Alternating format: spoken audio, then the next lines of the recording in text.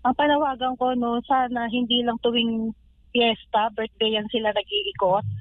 Sana tuwing lalong-lalo na sa ganitong, sitwasyon na wala namang ibang aasahan yung mga kababayan natin kundi yung mga nasa posisyon kasi sila yung may access sa lahat ng mga sa mga lahat ng mga ginagamit.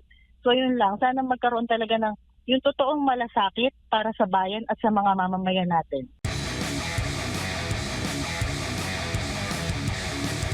Yung sitwasyon mismo Oo, dyan sitwasyon. sa Tanawan, kung ano yung mga ganap dyan, si Binibining MJ Di Paz makakasama natin. Ma'am MJ, magandang umaga. Kamusta ang Tanawan, Batangas sa kasalukuyan? Hello, good morning. Good morning po sa lahat na nanonood ng SMNI. So far ngayon is humupa na yung baha kasi simula kahapon, yung continuous na pag-ulan. Parang first time na nangyari na yung mga barangay dito sa Tanawan is binaha. Yung ibang barangay is umabot hanggang leeg. Yung sa amin nga, sa barangay sa amin, kahit yung bahay namin doon, napasok na rin ang baha, which is parang dati hindi naman nangyayari yun. So kumbaga first time ito sa kasaysayan na nakatira ka dyan Sa sa pagkakalala pagkakaalam niyo? ko since nung nandito ako, is first time talagang binaha. Mhm. And kung isi-search din natin sa social media, marami din yung humihingi ng tulong dyan po, ma'am. Oo, marami. Marami, may mga nagte-text sa akin. Parang sinubukan ko naman na lahat ng mga kakilala kong nasa posisyon na i-text sila. Parang isa lang yung sumagot. Pero hindi ko alam, hindi ko na na-follow up kung napuntahan yung barangay na yon na natrap doon sa loob ng bahay. Kung meron nga lang akong pick up, 'di ba? Parang ako na lang ang pupunta doon. Ganon.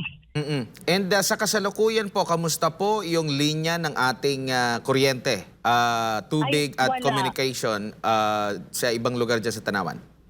Dito sa Tanawan, sa Santo Tomas, yung ibang area ng Santo Tomas is wala kasi sabi nila may sumabog daw na transformer. Dito talaga sa Tanawan, since Batilik ito, wala talaga. As in wala. Tapos wala rin tubig. So ang hirap.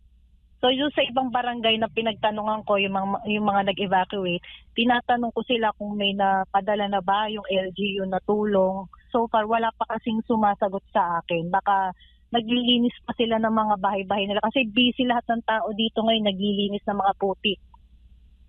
So, kumbaga, bumababa na yung level ng baha, wala na kayong mga pag-ulan na nararanasan sa kasalukuyan?